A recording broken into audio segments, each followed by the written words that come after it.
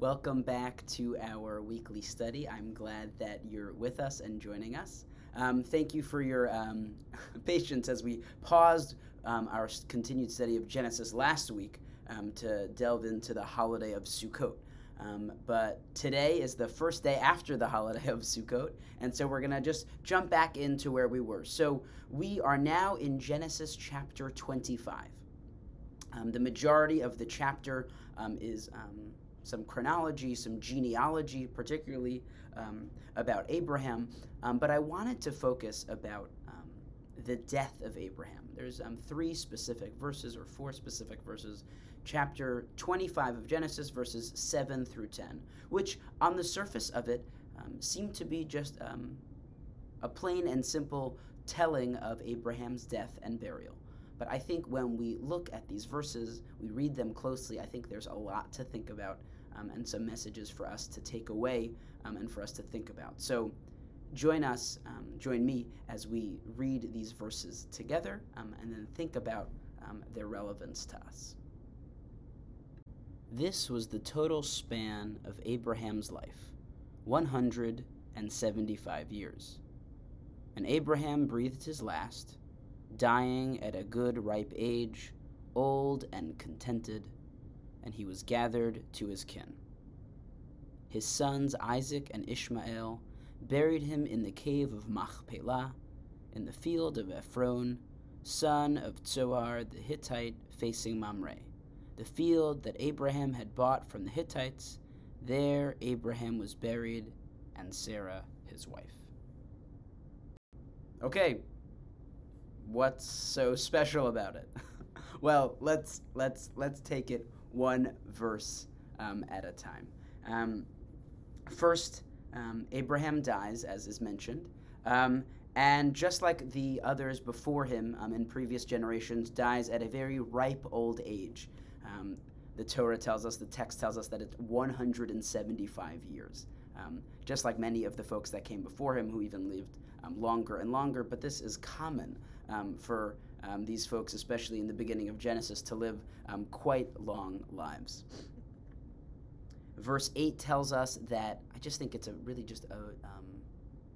a gentle, beautiful, poetic description of one's death, that Abraham breathes his last, dies at a good ripe age, old and contented, and he was gathered to his kin.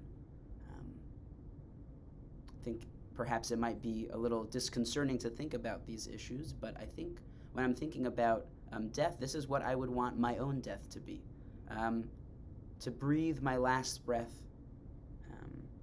to be in a ripe old age, to be in a place of contentment, to be happy with what I have, with what I've accomplished, with what I'm hoping to set for my family for the future, or for society for the future.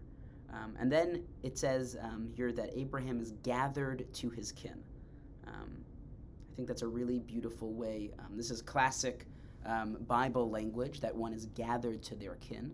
That's another way of saying that that person has died. A couple of things about being gathered to your kin. I think this is also the origin of what it means when folks often say, after a loved one has died, that now they are with so-and-so in the afterlife. Now mom has died, and now she is with her husband, with dad, who died a few years earlier. That somehow in death we are able to reunite with those who have already died.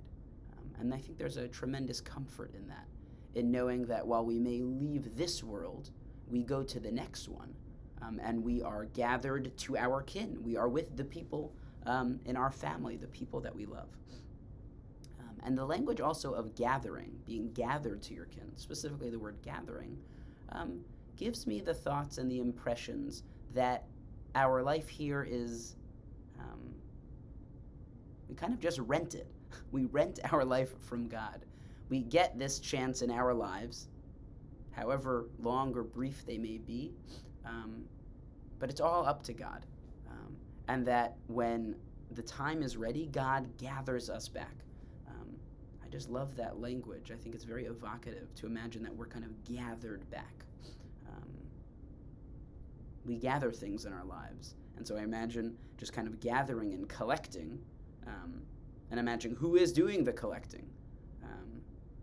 And to think of us as kind of simply just our presence here is a gift from God, and when it is taken away, we are gathered back. And then what I think is the most mind-blowing verse of them all, verse 9. His sons, Isaac and Ishmael, buried him in the cave of Machpelah. Okay, fine, we remember about the cave of Machpelah. We talked about that a number of weeks ago when Abraham bought this plot for Sarah for her burial. But wait, if you almost missed it, Isaac and Ishmael come together to bury Abraham. And if that's still not shocking to you, I'll try to remind you. A couple of weeks ago, right, when we've been learning about this, how did we leave Isaac and Ishmael? How did we leave their relationship? Well, we know that from, a number of chapters ago, Ishmael and his mother, Hagar, were kicked out of the house. And they leave. Abraham and Sarah kick them out. We talked about that chapter and talked about how challenging that chapter is. So we can only imagine what Ishmael's feelings are towards his father up until this point. And Isaac was nearly sacrificed by his father back in a couple of chapters ago in Genesis chapter 22. So both of them have complicated relationships with their father. And we imagine they both have complicated relationships with each other. Did they get along with each other?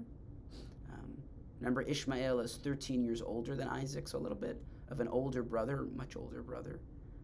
But yet they come together to bury their father. It's amazing to me. It's really amazing to me. We know from our own experience that when a patriarch or a matriarch dies, that someone on the kind of the upper generation, when that generation is resolved, or that generation is gone, and when the person dies, or those in that generation die, then the relationships in the next generation, they kind of resettle and reshuffle.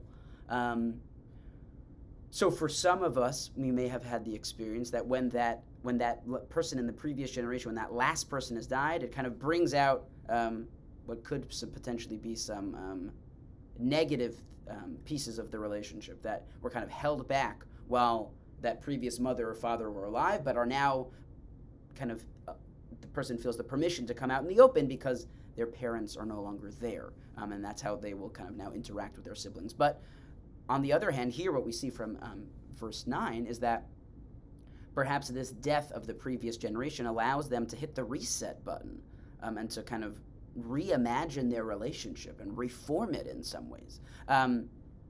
It's really interesting. The earliest Jewish commentators that look at these verses are kind of astounded, and they say, you know what it must be? It must be that Ishmael, who's always seen as this kind of wicked Ishmael, he must have repented, returned in teshuvah. He was totally cleansed before God and repented before God and became a good person again. You can buy that interpretation whether you like it or not. I think it still, for me, adds this sense that, I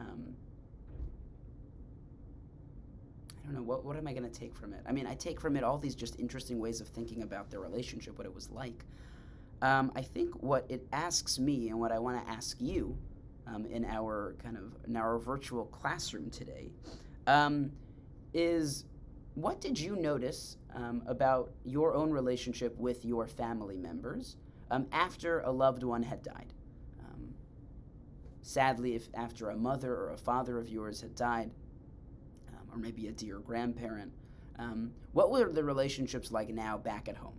Specifically, if it was a parent, what were your relationships like back with your siblings at the moment of death? Were there, unfortunately, sometimes there are kind of bitter disagreements, resurfacing of issues from the past, or was there some type of reconnection, rekindling of a relationship?